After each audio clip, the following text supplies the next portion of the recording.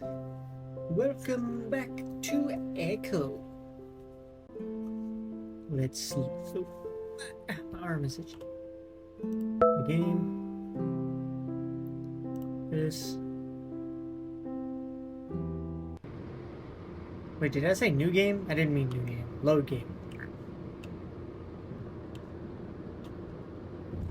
Anyways. Truly?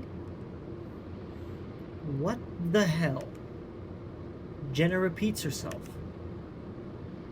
She's sitting in the back seat, still peering out the rear window with a bogged expression plastered on her face.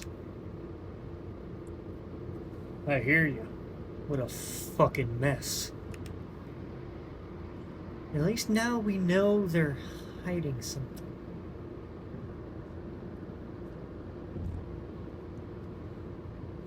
At least now we know they were hiding stuff about Carl. I try to shine at least some optimism on the situation, however faint that is. We come out here to get information, and what we did learn there was information to be had, so not a complete wash.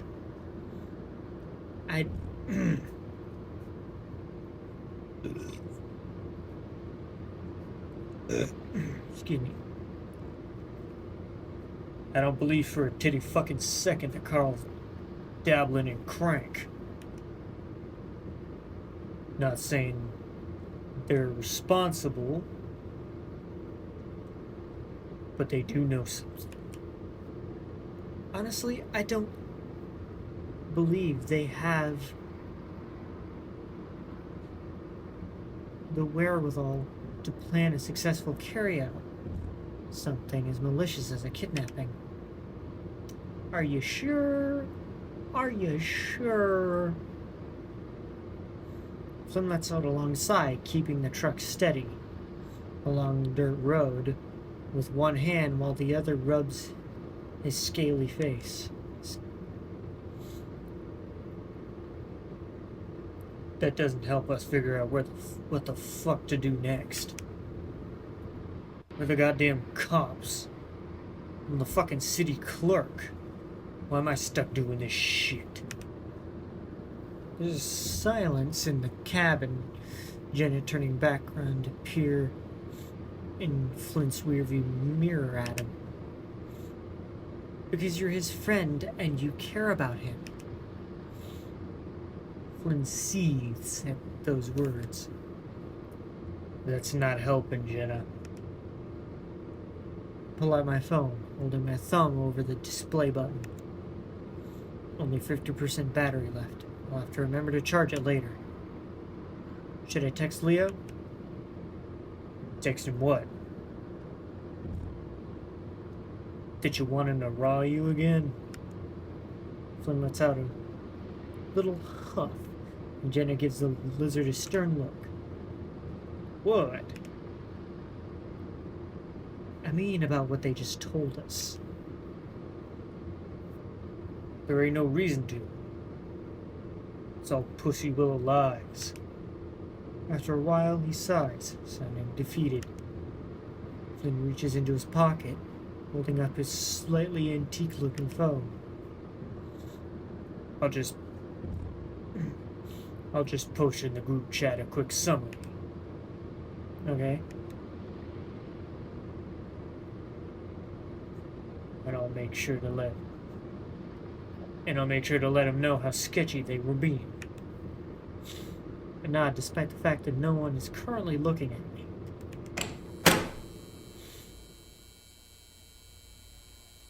I gotta blow my nose again. I just rolled over my flip-flop. I step outside into the cool air, letting my feet rest on the hard asphalt of the parking lot. I stand there enjoying the openness of my surroundings. You can only be cooped with two other people in one room for so long before it becomes increasingly apparent You're all just breathing each other's air. TJ tried to keep Leo company today while they went out looking for Carl, but TJ was just saying Leo was really distant.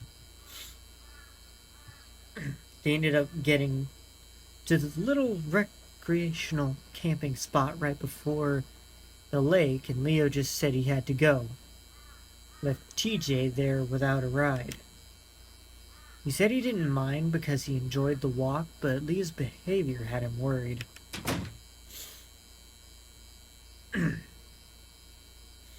Jenna steps out beside me, fidgeting some with her hair. Tough day, huh? Mm-hmm. She responds quietly. So, alrighty then.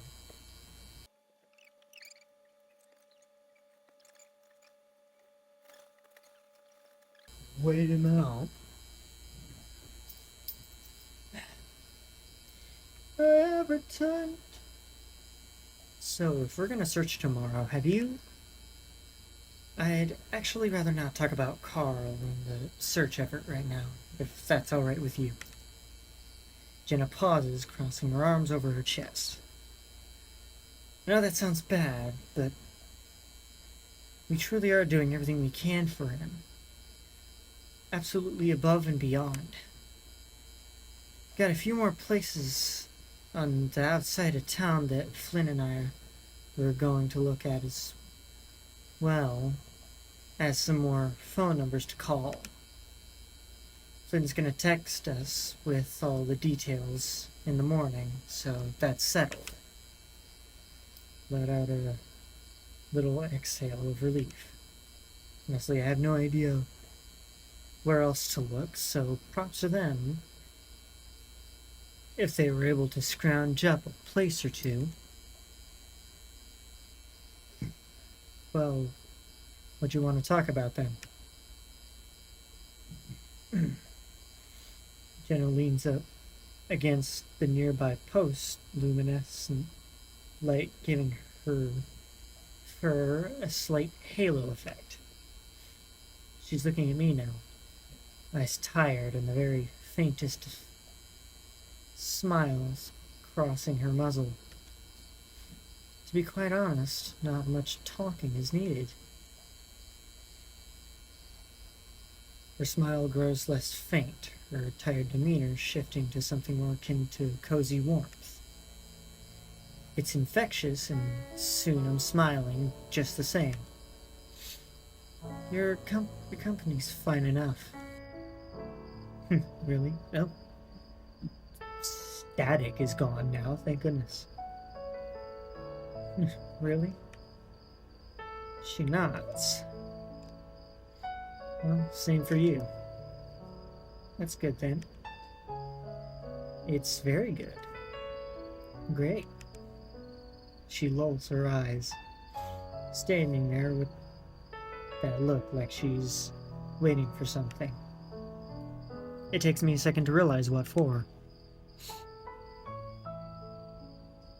Oh, so, I'm just gonna step over here. I take a comically large sidestep over towards where Jenna's standing, my tail swishing behind me in a low arc before slapping down on the pavement. Jenna lets out a little amused noise as she peers up at me, her own tail flicking in a content sway. No, she cants her head, putting on a front of innocent curiosity as I approach. Whatever for? Maybe to do something like this. Place my paws on either side of her face. Her fur is so much softer than mine, with no oily sensation to it at all. Run my thumb across her cheek and lean down to place my muzzle against hers. Our lips meet. Her touch is gentle and comfortable, yet intimate pressure. Soon she opens her mouth and I find myself doing the same. With Leo, it was always like some kind of tongue battle for dominance, which of course can be fun, but right now, this is nice. I can feel goosebumps on the back of my neck as her breath meets mine. Kinda smells like oatmeal. Had she been getting into my dinosaur egg oatmeal packets I brought? I hope not. I only have a few of those. Jenna pulls back after a few seconds, her face radiating and glowing. She looks content despite everything going on. She hums to herself in thought. I take her smaller paws in mine, interlocking our fingers.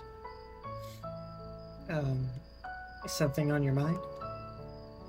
Just never kissed a guy in a motel parking lot. She looks up towards the sky. At night.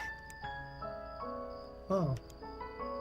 The response is not exactly what I'd been expecting. Just everywhere else then?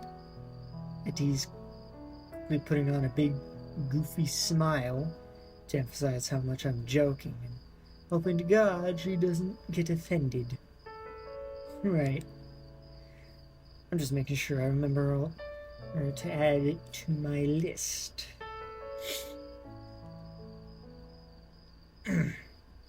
She says with a complete deadpan before pushing away from the post and turning to head back inside. Wait, I was just messing with you. Oh, I know. She walks past me, swinging an arm, and smacking me squarely on the ass. The shock of it renders me completely off balance. It's been quite a long time since someone's done that to me, and I feel my face flush with heat as Jenna walks away. I can see her proud of herself smile, stuck to her muzzle even with her back turned. Thank God, what a backside. I was so nervous when we did it before, I guess I didn't really have time to appreciate things. Wish I could sleep in your bed tonight. Speak without thinking, and Jenna stops, her paw on the door handle. The audible thunks of TJ fussing about inside punctuated the silence. What's stopping you? A gentle question, but she doesn't stick around for the answer. And then I'm alone. With a little sigh, I rest my side against the same post Jenna was, closing my eyes again and just letting the surroundings sink in. Again, it's unusually humid out, especially for spring, where we usually get less than an inch of rain a month. Monsoon season isn't set to start for another 90 days or so. I hold out my paws to the sky and let my tongue loll out, tasting the ozone in the air. It's the closest thing I can get to being in water right now, not counting the shower, of course. I mean actually being surrounded in something vast and wet, like a moist blanket that you can let carry you away. Speaking of moist blankets, TJ's been in the bathroom for like an hour, and I really gotta piss. I step away from the high-pitched buzz of the fluorescent outdoor lighting, heading out around the bend of the motel and into the wash nearby. It took me a second for my eyes to adjust to the darkness. The desert at night can look pretty strange. Like the absence of the sun sucks all the good shit.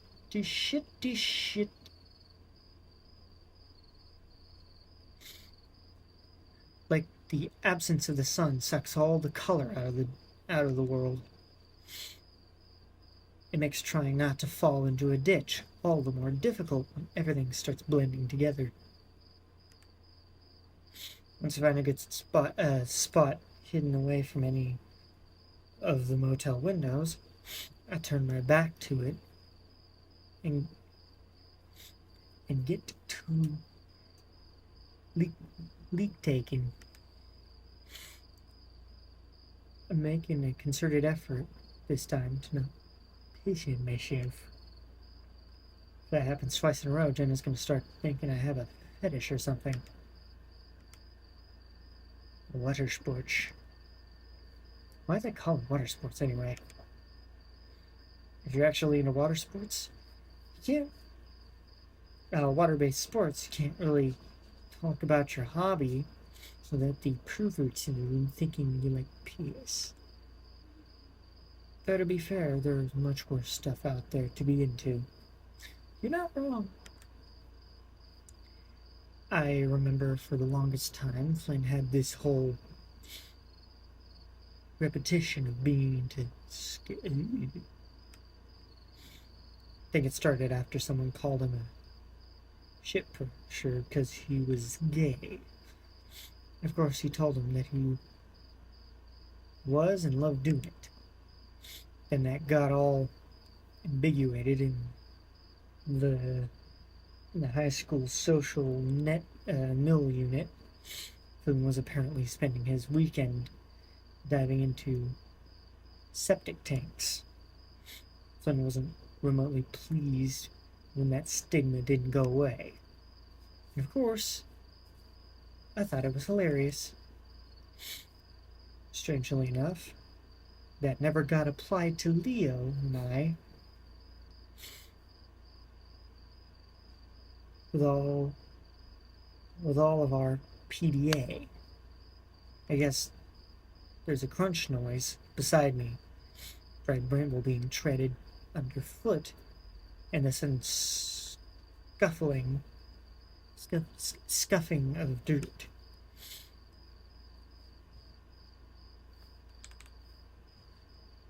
It only stops as soon as it starts, and I glance over, realizing I'm not alone. What the fuck? I blink. Must have finished pissing a minute ago. But here I am, still, oh shit. Still holding my prick. Micah stares at the aforementioned before looking back up at me. Quickly shove myself back into my shorts and be tripping over myself as I step back away from him. Damn it, where did you even come from? I was taking a leak. Fuck you were, schizo. His voice is strange, distant. In fact, he looks completely out of it, as if his comprehension of the world around him is delayed. We're just standing there, staring off into the great dark nothing, cock and claw. Chucking into the void. That's how you defeat it. What are you talking about? What are you doing? Why are you even here? I fumbled. I said the wrong words. Micah points a half-lidded stare in my direction, his fingers wiggling around the edges of his yawn tank top. Not so much looking at me as looking right through me. I'm a bat and it's night. I can be wherever I want. So you want to be here? The voice echoes so clearly in my mind I can't help but say it out loud. So you want to be here? Fuck no. He sniffs, his answer spoken with a tired, slurred tone. I mean, I'm here because, like, there's dick all for me to do out there. Fuck, wait. We're talking about right here, right now, with you. I look into his blind pupils and slowly nod. Shit. Micah rubs at his. Sorry, I'm rubbing my eye. It makes it hurt to see. Micah rubs at his face, touching at his own lightly fuzzed cheeks. Fuzzed cheeks. His gaze still a million miles away. He's exhausted, or at least appears so now. Side of my eye is itchy. Like someone on the tail end of a ride on a fierce upper. What? You can't put sleep off forever. Shit. Only half awake right now. It's the worst way to be. It's like how when you're dreaming, you're flying. But when you're having a nightmare, you're falling. It's always falling. Micah steps back. His heel's hanging off the edge of the wash, and I'm pretty sure he's about to tip over into it. Without thinking, I reach out for him, but he seems to lean away from my paw. What the hell am I doing? Don't touch the junkie. I should just get out of here. Back to the motel room. Behold, I was shaped into iniquity. He extends his tattooed arms and shows off his wingspan. Before I can say anything to respond to the bat's ramblings, he tips backwards like he's expecting someone to catch him. Oh shit! You okay? Silence. Start creeping closer to the edge to get a look at him. But a small voice rings out from within. Fucking... Ow. He grows quiet again as dust plumes rise up from the ditch. Finally, another little grunt. No, where the hell am I? Son of a bitch. As I peer over the edge, I can tell it's about a good 3 to 4 foot drop. Nothing too dire, but definitely not pleasant. As Micah's gaze meets mine and quickly narrows. Fuck. Of course. Wasn't just a dream. I stare blankly at him, wheels turning in my head for a second. Wait, you were sleepwalking? That's what you want to call it. Did you just have your perk out? I ignore the question. Your dream made you do a trust fall into the dirt. Thought you were tweaking out on drugs or something. If only. Micah slowly pushes himself up to his feet and climbs out of the wash. His backside is completely caked with dirt and gathered bramble. He tries to pick out the sticks from his fur, wincing at each pluck. I thought there was water in there for some reason. Thumbs over his shoulder. There's probably not going to be in there for another few months. Yeah, fuck. I'll be gone by then. Micah shakes his legs a few times. Some more dust scattering into the wind. Having white fur like that must suck in the desert here. If you don't want to get the slightest bit dirty. If you even get the slightest bit dirty, everyone can see. Me? Everything just kind of blends into the brown fur. He squints at the building nearby and lets out a little astonished noise. Made it all the way out to the motel? That doesn't make any goddamn sense. Fucking hellfire, man. Shit's just getting so much worse. He shakes his head. He's clearly lucid now, but I don't know if he's really talking to me. You doze off for a minute, and then everything's an absolute shit show. Cold chill creeps down along my spine. This is all sounding real familiar. Pot helps keep the bad vibes down, but it's a quick fix for something that you never know when it's gonna for something that you never know when it's coming. I'm having something similar happen to me, I think. Really bad dreams, mainly. His gaze snaps to me as if he wasn't expecting me to actually respond to him. Fucking really? No shit. The bat extends an arm to his surroundings, gesticulating at everything and nothing all at once, while his wing flaps about. Ooh, shit. What the fuck happened? Okay. You ain't the only one, musk fuck. You ain't seen how it's been. It's real shit down in Jasmine Street. The hum gets bad there. The hum. I frown, unnerved by the bat's words, but not really sure if I should start questioning them. You wouldn't know after all. You're just having a little fun trip. Then fucking right off. Micah says this like it's a bad thing.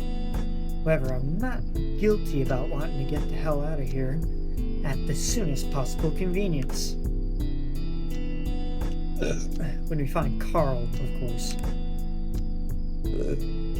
So, you're gonna leave town too? You're gonna leave town too? Micah glances over at me. Yeah, you should go soon as well. But he'll be back. But you'll be back. They all come back. We all come back. What are you on about? I'm honestly not quite sure myself. The words just sounded right at the time. I shrug. I guess that's just what it feels like to me. Not everyone does. His tone shifts more melancholy, the young bat reaching into his pocket, flipping on an old cell phone for a moment. Looked like one of those cheapo ones that you buy in minutes and text messages per usage. Burners, I think they're called. Yeah, that's typically what a burner does. After a moment I realized who he's referring to. I never really knew Keith. Sorry you went missing. He stops messing with his phone, his yellow eyes flicking back up to me.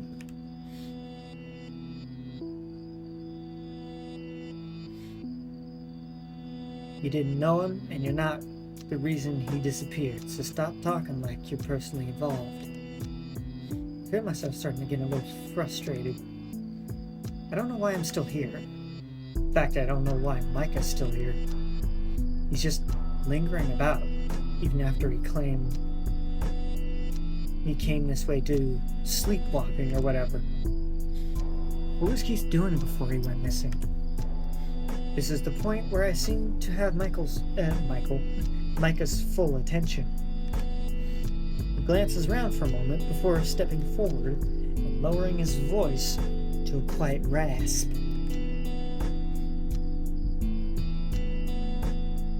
What he always was doing, Schizo. Trying to fix people. You'd see somebody who'd be utter shit trash and then find their inner spirit or whatever. You know, native shit. He thinks for a second. Well, native light shit. Whatever. Keith was one of those weird kids who read philosophy books in school. He helped all of us, of course. And I thank him to bits for it. Screw us didn't know his limits, started getting chummy with his supplier, this big bear bastard named Brian. Supplier? Keith dealt drugs? Bitch, everyone deals drugs. Everyone deals and gets dealt in Echo. This ain't a surprise, shouldn't it be?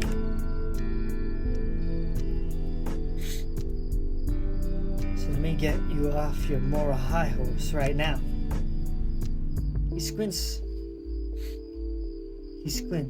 in through. Yeah, now that I think about it. Wasn't your mom the one that let 7 Missouri plow for Oxy? What? Can't help but be taken aback by that one. No. You saying your mom didn't take Oxy? No. She had back pain issues and took Preoxidant, but that's it. That is Oxy, bitch. But enough about your whore mom. Fuck you, he huffs. He's so full of shit. Just like before at the bonfire. Get my paws into my pockets and turn to leave. Get a couple of steps towards the motel before I hear the bat rasp from behind me. Yeah, don't be a bitch. I keep walking. The shower's probably freed up by now, and God knows I could use it. Not for the water, but for the time alone. No, wait, seriously, stop. Chase. I hear a frustrated sigh. Chase, please. I need to talk to you, serious like. A turn,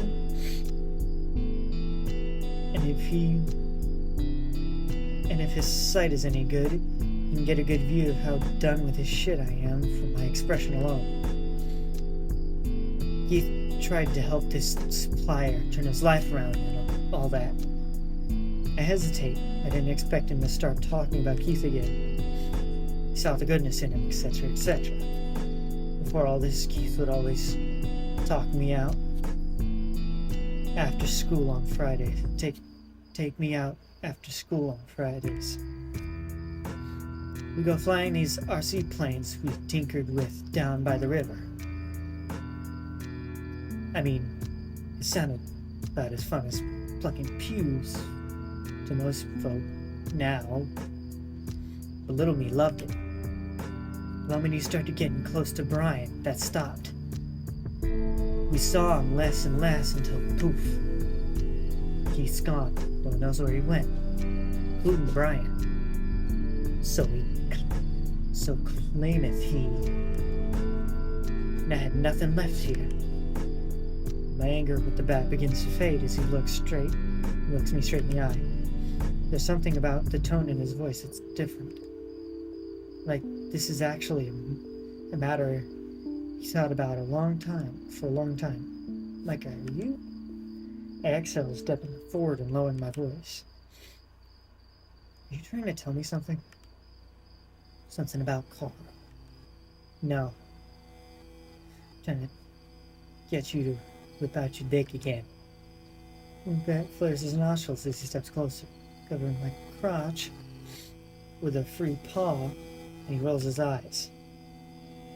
Do you want help him to find the rich fat kid? I hesitate at his hostile phrasing, but begrudgingly nod. Any information at all could help at this point.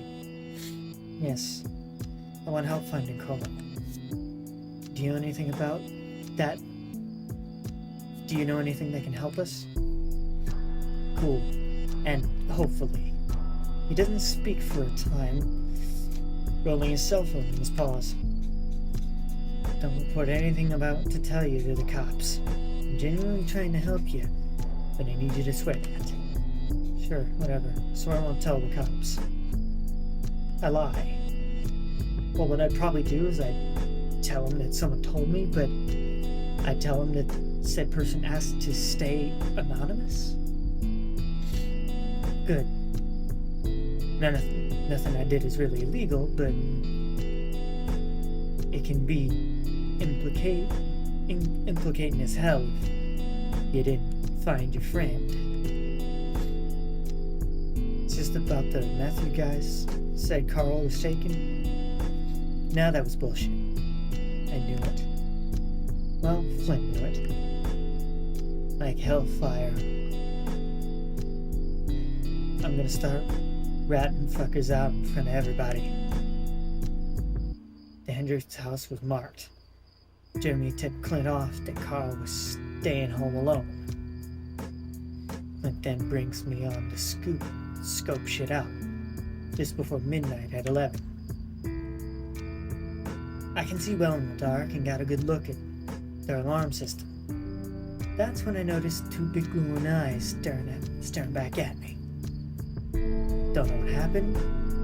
There was a flash, and next thing I know, I'm falling for a second from the second story edge into the riprap. The photo. That was Micah. The flash of Carl's cell phone camera. That has to be it. Took a picture before you fell. We found the photo the next day. The bat's lips tighten. Well, fuck me then. Guess it's good that I'm ahead of this. Barely even looked like you, I think. Picture was all distorted. Tried to wave off his concerns with a reassuring tone when we shift the conversation back to Carl. What happened next? Micah sighs, speaking up again. Next thing I hear is a whole shit ton of thudding. Like, da-dunk, da-dunk. Couldn't move. I didn't want to start sprinting off while anyone inside was still looking out a window. So I huddled up in a blind spot, and the noise kept going for a solid 30 minutes. Then a fucking hell of a lot of clattering, sound of wooden boards snapping inside. Next thing I know, fat ass is taken off into the desert, completely spooked. Which direction? South, I think. Anyways, hung up his basic looking cell phone, gave Clint a call, told him what happened. He started freaking the fuck out on me, cussing and swearing, spitting up a storm. Kept insisting he needed to call someone. That's the last I heard of it. Spent the next 12 hours nursing a bruised tailbone in an abandoned trailer off Route 65. Well, goddamn. Actual answers. This is all really helpful, but why are you telling me this? Why are you ratting out your friends to someone you hate? Bat groans aloud, with a desperation in his tired features. Have you been listening at all? There are fuckers out there I don't trust, and if there's anything to be done about putting a boot to their asses, I'm down. For Keith. Bat taps at his phone for a few times before handing it my way. Give me a number. Keep you updated on what's going on. The supplier guy I mentioned will be coming into town.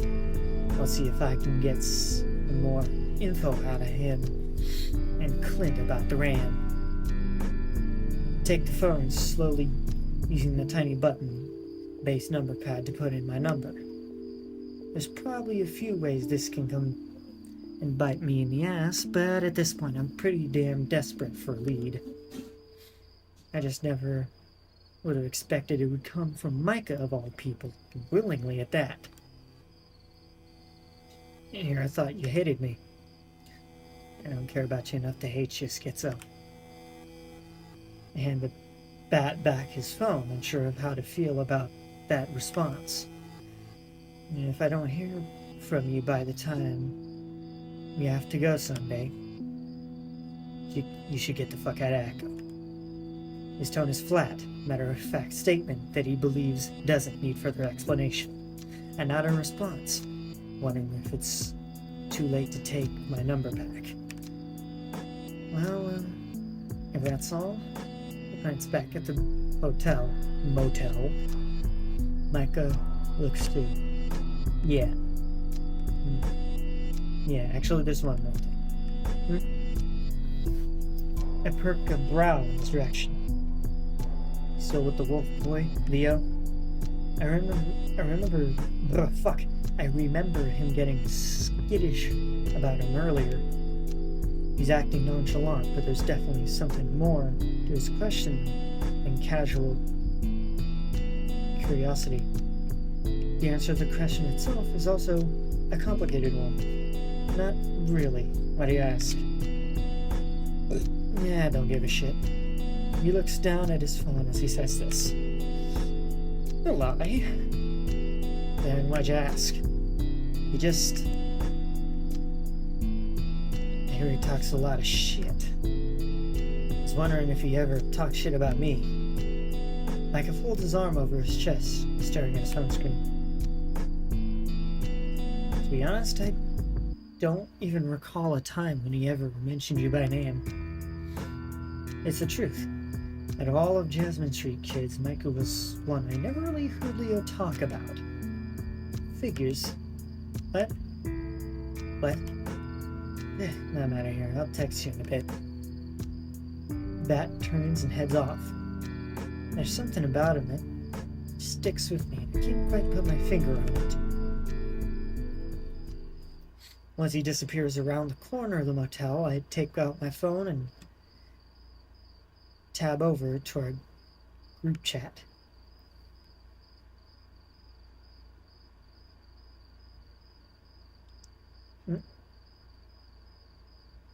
Hoofprints. Oh, you can see him in the background. Friday.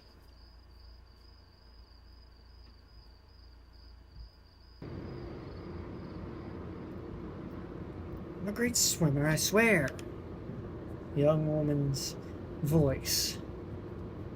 It's distant but near, like a video with volume nearly all the way down. I strain myself to listen closely, and the spoken words start to come into focus.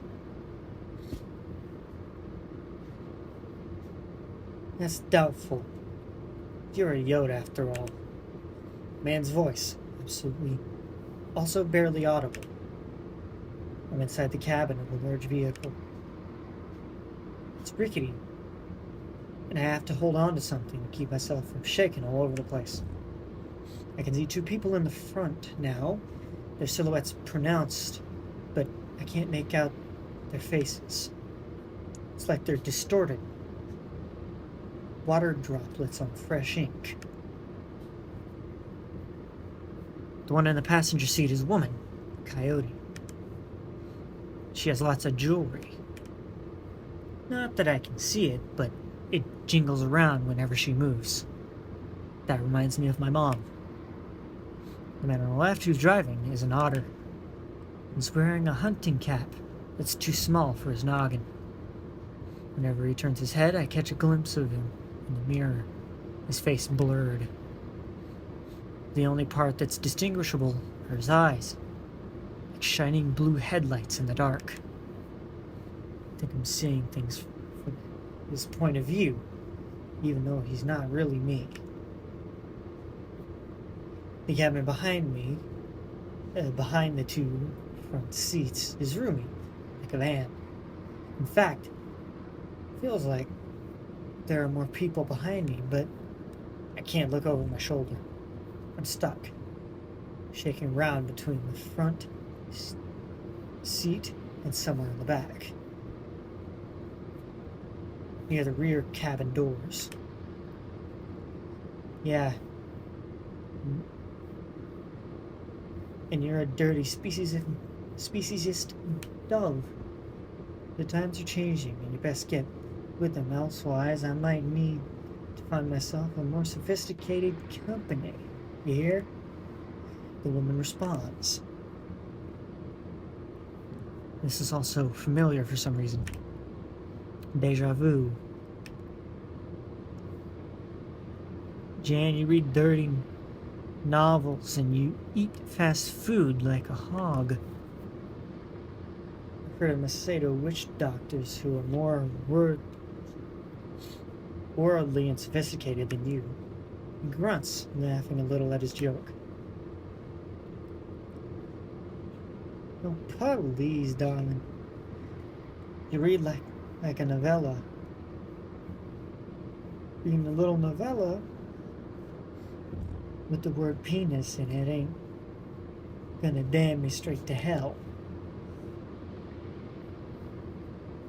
Second, I got my own income now. You know, a job. You might hear of one someday. I can use the money I make from said job to buy whatever I want that makes me feel special. Sometimes that's a little romance book at the drugstore. Sometimes it's large vanilla milkshake with extra cherries. Sounds good, man. It's the cherries. Don't like cherries. Third and final, I don't think the Maseda have witch doctors. They got shamans. I met one once. He was a very nice old man. He'll be 4 feet tall, too. Pocket size. The woman sounded rather pleased with herself from countering all the man's comments. The man lets out a dismissive noise. You met one, eh? What do you do? Say a love potion? Another titter of laughter at his own joke. I don't know, hon. You tell me. You reckon it's working? Her tone is flirty. I can practically feel them both smiling. I'm outside now. My head's spinning. I'm walking, but it's not my body that's moving. It's someone else's. Their movements are slow and deliberate.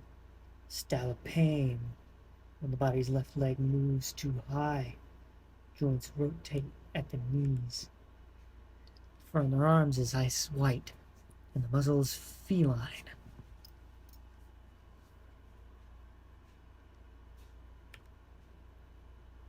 Some sort of big albino cat trudging on foot after the other. 1 foot after the other beside the highway. Caught up in a strange daze. Sepia-tinted memories fill our head. Places that look strangely out of the southwestern adventures frontier quarter. These recollections are his existence, and the physicality and the physical reality in front of him, a fading dream, something that causes pain to traverse. This world is not his home anymore, as much as it hurts him to think that. One of his feet steps upon the pavement, and then the other, crossing the lanes to walk directly down the other line, down the center. The people he loved are all dead, but he doesn't want to join them. He just wants them back. As his own senses fail him, the memories in his head keep getting more and more real. They're there in his mind. He can see the stitching in their clothing, the smell of their fur, the chuckle in their voices, the touch of their paws, the taste of their lips. Such a sad way to be. Back in the van. The otter and the coyote are trading glances with each other now. The more brisk personality of the otter seems tempered by the coyote, like he's trying not to take himself too seriously around her. The radio is playing something now, something that was there before, but I couldn't quite make it out. It's not music, just voices. Drawn out, distorted, and mostly unintelligible. I catch something. It sounds like nervous laughter from a high-pitched voice. then a more baritone and responds with something reassuring. It's okay. At least that's what I think it says. Finally, a squelching noise, like squishing soft putty between your paws. Feeling that something is behind me in the van grows. I've been here before, I know I have. But when? No matter what I do, I can't turn around. Even the rearview mirror reflects a distorted image. I can just barely make it out. Something back there.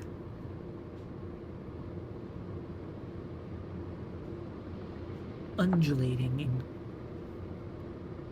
consistent, restless motion, strobing between pulsating flashes of faint red light.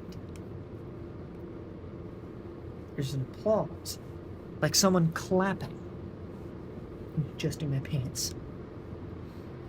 The handles from the rear cabin doors seem to shudder and click like someone's trying to open them from the outside. But that's impossible. We're moving. Feels like I'm yanked back out to the road again. With the old man walking the country line. The memories in his head grow more prosperous as he walks, as if it's building towards some great zenith or point of total clarity. I'm not sure how I know this. There's a rumbling of an engine coming up from behind, puttering in rhythmic fashion. Again, I can't turn to face it, but I know it's there. It's getting closer. The engine roars. It's coming right up behind me. This is nuts. What the fuck am I doing? A high-pitched voice coming from the radio. Man. Yeah. My underwear's right up my booty. I can hear it now. Clearer than before. You're doing great, Chua. The baritone voice. That was Leo? The albino man stops.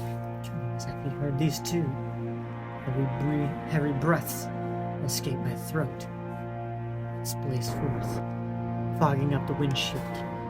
The two lovers exchange a kiss, eyes lulled. There are lovers in the back as well, fumbling with themselves in that same red light. That same red light that bathes the entire sky. The cabin doors fling open, and I can finally see the person who's been trying to get in from outside. A dirty-looking, amber-eyed otter stands there wearing an oversized blue t-shirt and khaki shorts. It's me. I'm younger. I don't have the goatee. Funny enough, I have a goatee. It's not super grown out, but it's slowly getting grown. Somehow I'm just floating behind the moving vehicle, as if I were standing still. The color in Nugumi's eyes start to fade before shifting into an icier blue. He shrinks, and soon the figure's standing there, his little boy in his swimming trunks. Him. What does he want? Another shift, and he springs. He springs about up with distorted, jolty movements. The transition is nowhere near as smooth as the first. An otter in his hunting cap, far too tight for his head. The same blue eyes piercing right through me. Bronson, Mr. Bronson, Sydney's father. Is Mr. Bronson also the one driving the van here? See no reaction from the blurry figure in the driver's seat. Still more occupied with the coyote next to him. He's only there for a second before his face practically tears away in a jagged influence. Mr. Bronson twists in on himself, expressing uncaring expression uncaring as it falls apart and fades into ragged white fur. The elderly albino on the road. It's him. At least I think it is. The silhouette is more obstructed. The detail of his...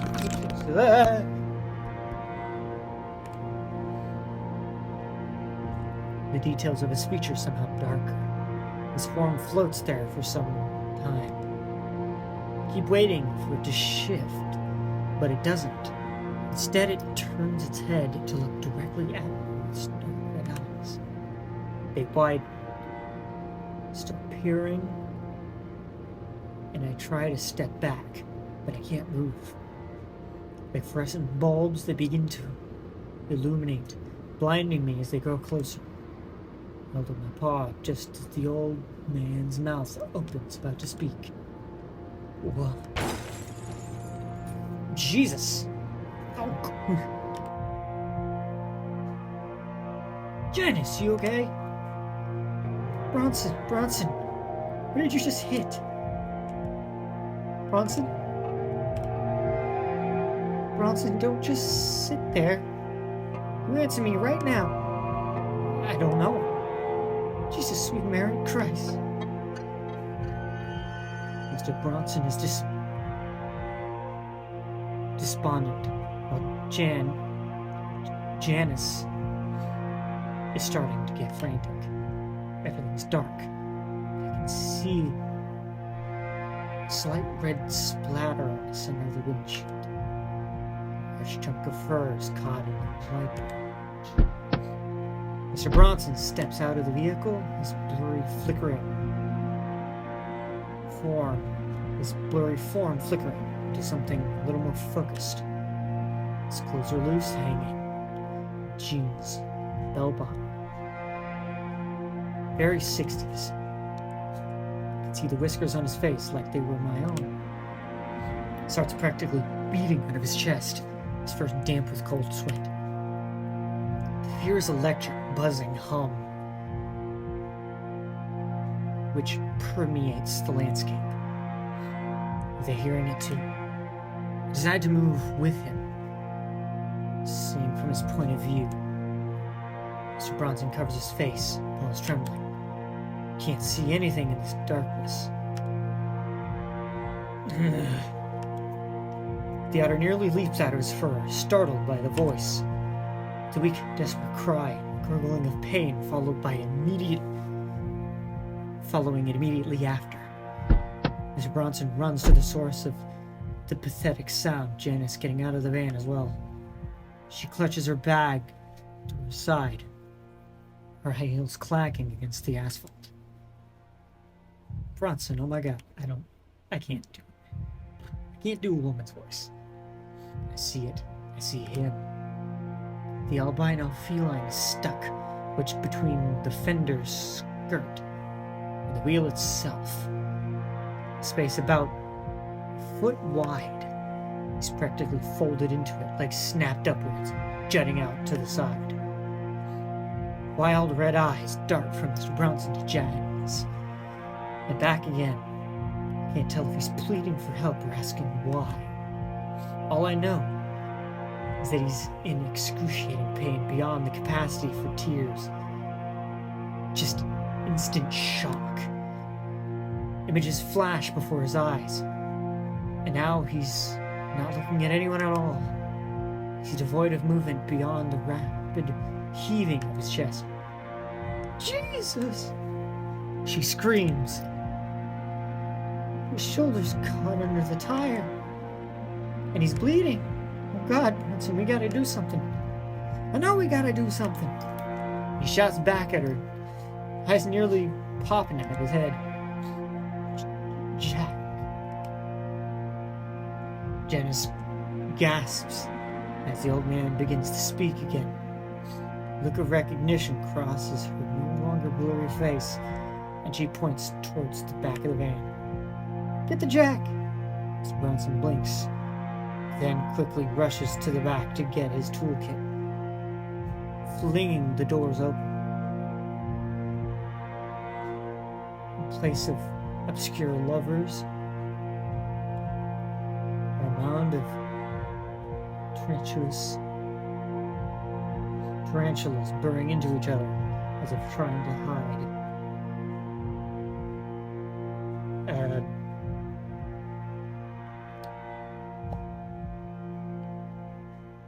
As if trying to hide from the newly opened doors. Some are blondies, while others are the more standard rust and black color. He doesn't seem to notice or care about these creatures which flee from his presence, instead diving for his little olive toolbox. Try to step away, but I'm stuck seeing things through his eyes now. Flings his tools around, hammers, wrenches, and rebar clatter to the side. No Jack. Mr. Bronson stares motionless until Janice's shrieking voice breaks the silence.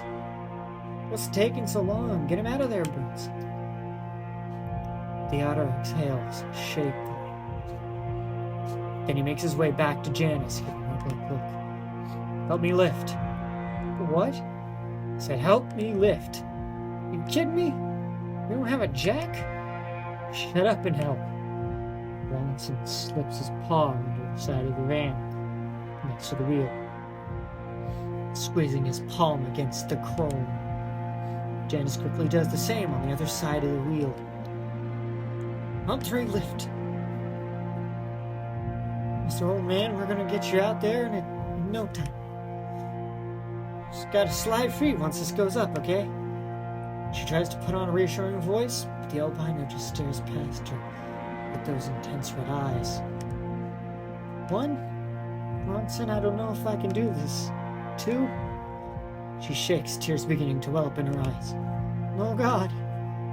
3, the van creaks as it begins to rise off the ground. At least on this corner. Janice screams at her own exertions, muscles spasming as her arms shake. I can't. The old man begins sliding his broken legs down the side of the wheel. One of his free paws grabbing the side of the fender skirt. Low moans escape from inside his chest. Whimpers of unimaginable pain and shock as his crushed bones realign themselves inside him. He makes the most of the way out by the time Janice's arms give out, the man instantly lowering down a couple inches. I'm sorry. Fuck! Mr. Bronson spreads his legs wider, his muscles quivering as he tries to hold up the whole van by himself. Go, get out of there! He screams down at the albino, his eyes meeting the albino's, as the old feline begins to nudge himself out from under the wheel. No! The otter howls as the van continues to lower despite his best efforts. The old man feels it touch the side of his muzzle.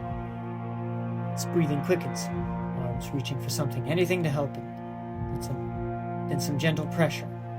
His eyes are bleary and moist now, like a lost child's. Then more pressure. And then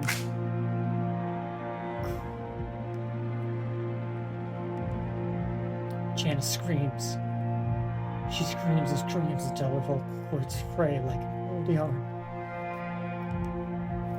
Time passes. The body of the old man is dragged into a large open hole on the side of the road. His Bronson's paws are bloodied, nails chipped from digging without a shovel. Janice refused to help. She's been sitting in the van quietly for the past half hour, crying to herself. She can't stop shaking. He buries the body in a small ditch, trying not to look at his half-crushed face. Seems to stare at him, asking for help from beyond the grave. Then he couldn't have helped him. He could have helped him, but he wasn't strong enough. Maybe this is what he wanted after all. To die. Why else would he have been walking straight towards them in the middle of the road? He had plenty of time to move out the way, but he didn't. It was like he didn't realize the shock of what he'd done until he was tangled in the wheel skirt of the van, his bones jutting from his skin, blood dripping from his overalls. Once he's completely covered, Mr. Brunson peers back at the van. The splatter from the impact is still visible. He places a small stone to mark the grave of the unknown man before heading back and getting into the driver's seat. Janice says nothing to him. Over that, he's thankful. Mr. Brunson drives off the road into a small valley, a short-waist way, walks in between some bushes, and collects his things, trying to ignore the new throbbing pain in his head. Together they silently exit the van and begin their slow walk back to Echo. A lone figure watches them from atop the hill. An impossibly tall silhouette, flanking arms that hang past his knees. They're together now.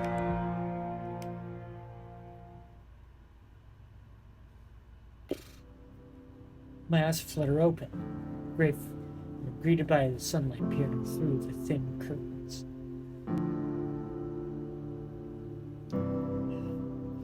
Holy fuck. I need a break from that for just a second. I might have to put a disclaimer for this video. Right in this video, stuff really does start to get tense.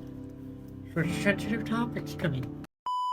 I'm gonna go for not a whole lot longer, but just a little bit. Because I need to stretch this out just a slight bit longer. Yeah, I'm gonna have to put a disclaimer. Because, oh my god. Because, like, up until this point, we haven't gotten into super heavy topics. But now, we're starting to get into it. We're really starting to get into it now. At first I'm a little confused until I realize I'm not in the same bed I've been resting in for the rest of the trip. It takes me a minute to get control of my limbs again.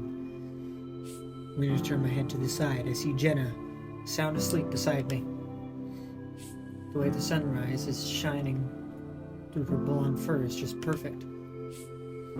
Such a stark contrast to the dream from the night before. The details of which are already starting to fade, but some of the imagery remains. The van, the albino getting hit, the tarantulas in the back, the tall figure that was watching on the hill. Ugh, hurts to think about.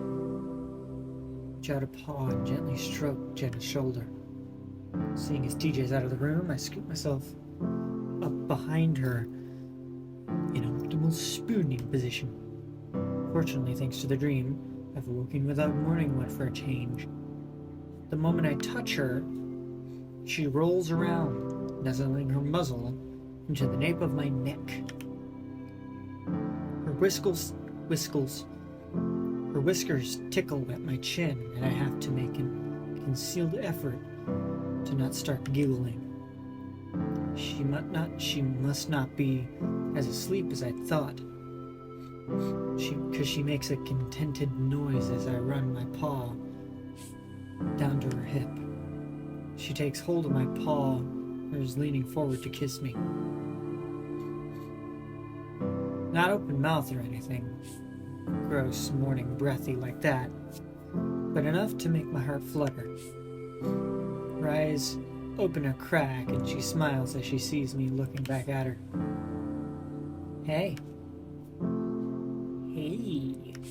I peck her on the nose. I can hear her tail thwap against the covers happily. You look beautiful. Truly? She inquiries back, stretching her arms above her and yawning. Yeah. She squints at me for a moment. You have sleep crusties in your eyes. I blink. Well, I just woke up. That's probably why. I rub my eyes quickly. She lets out a little laughter. You sleep okay? Did I just say yeah, and leaving it at that, but last night's dream felt so particularly bizarre. It felt wrong not to mention it. I shrug. What weird dreams? I had one where I simultaneously got hit by a car and ran someone over with a van. Like the perspectives switched back and forth. Oh, that's weird. At least it's not the reoccurring shadow you dream. Yeah, definitely. Seeing myself in the mirror is rough enough. Don't need to see that when I'm asleep. Chase, please. You're not that ugly. I frown. You have a wonderful way of making your reassurance simultaneously slight put-downs. Do I? Yes. I'm being negged. Ah, shut up. I hate it when guys do that. I'm just teasing you, Chase.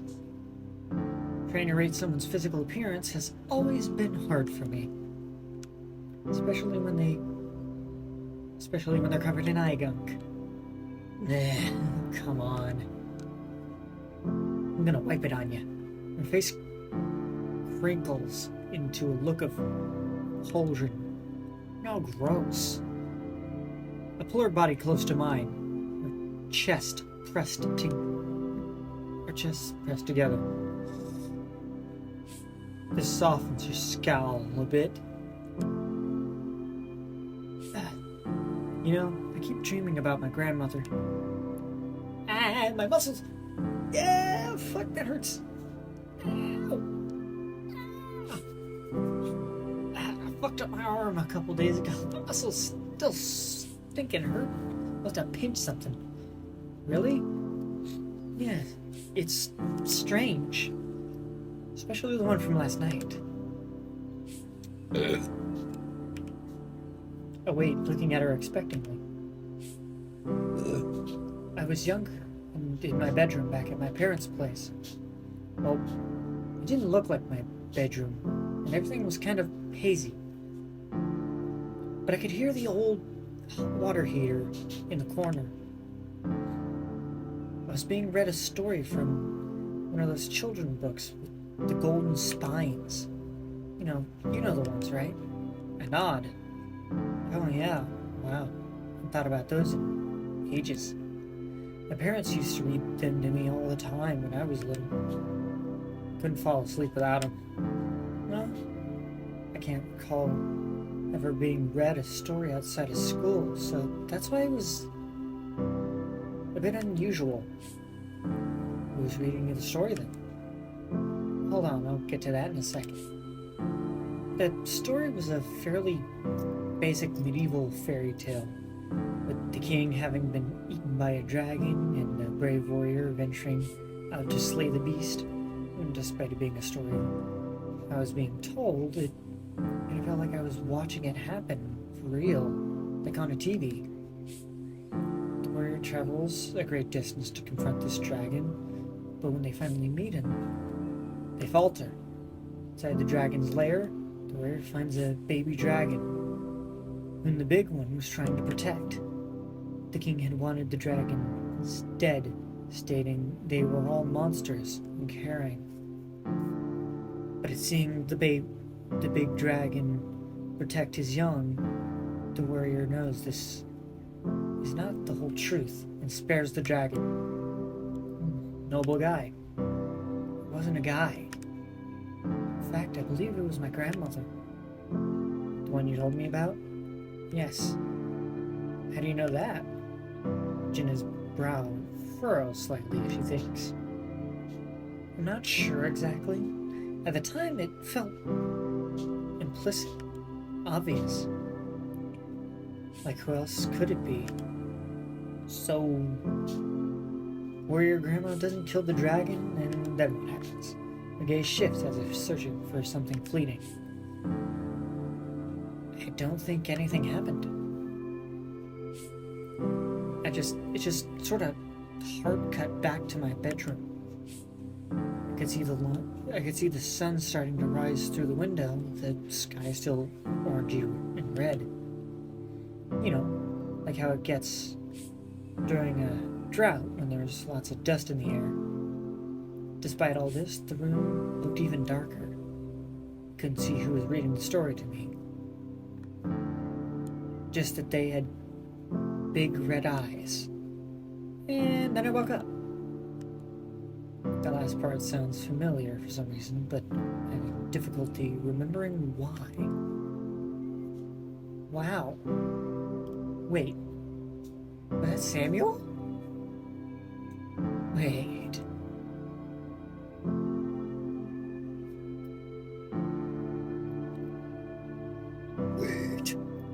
I am goosebumped the fuck up. I think that may have been Sam. I never put that together before. And yes, I've seen a little bit of the Smoke Room. If you watch and play Smoke Room, there's zero.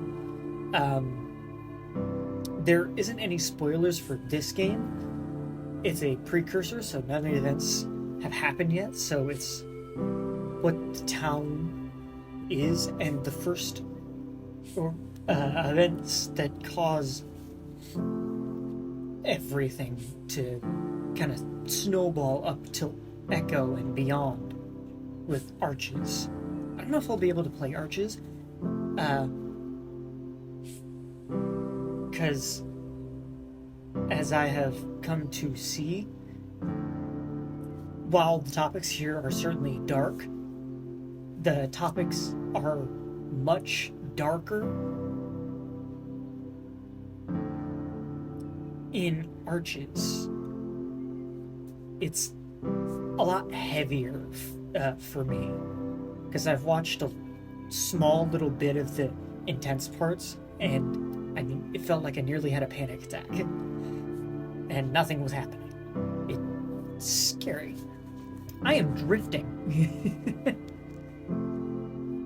Alright. Wow. Jenna looks slightly embarrassed with herself. Fussing with her head first, she sits up some.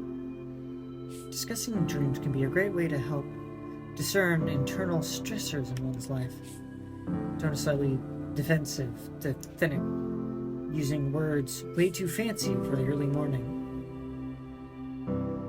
Problem is, dreams are often deeply personal abstractions that she stops, frowning to herself some and then glancing at the clock on the nightstand.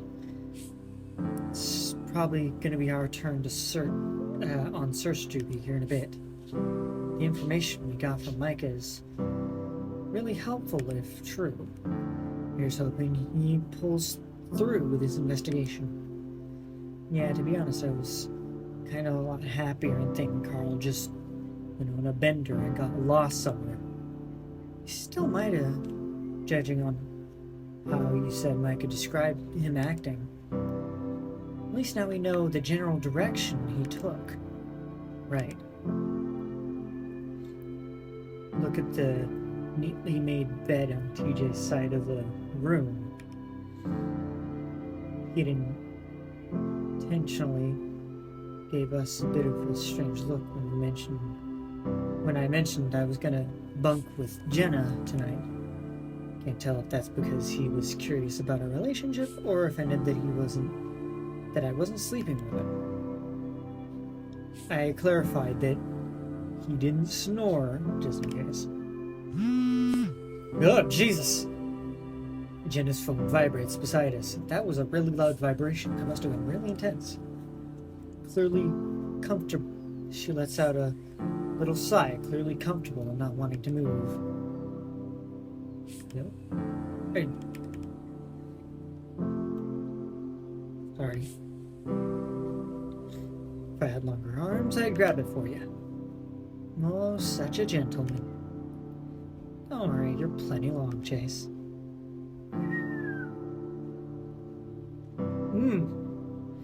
She winks at me before rolling over and grabbing her phone. I stare ahead with the biggest goddamn grin on my face. Definitely one of the better ego boosts I've received in recent years.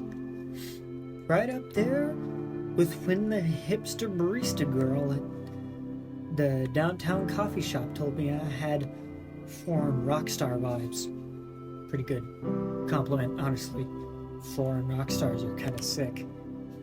Whatever that means. She taps away at her phone for a moment before looking over at me.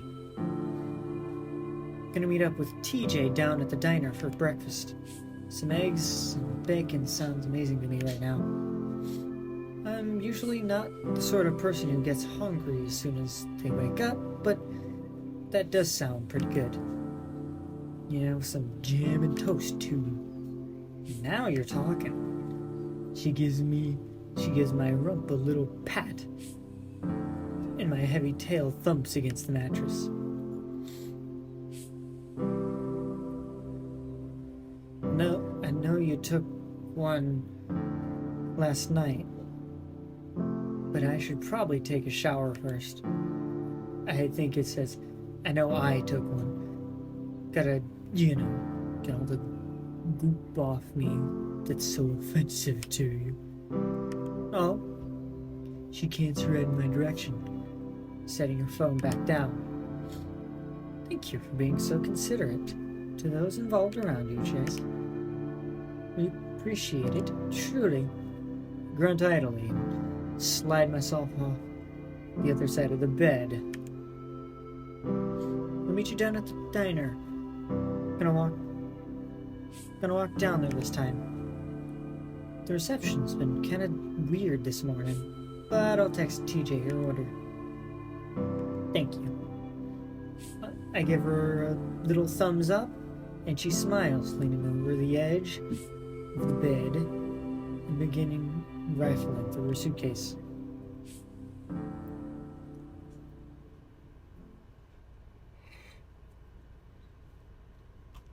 Hang on, is it the same image?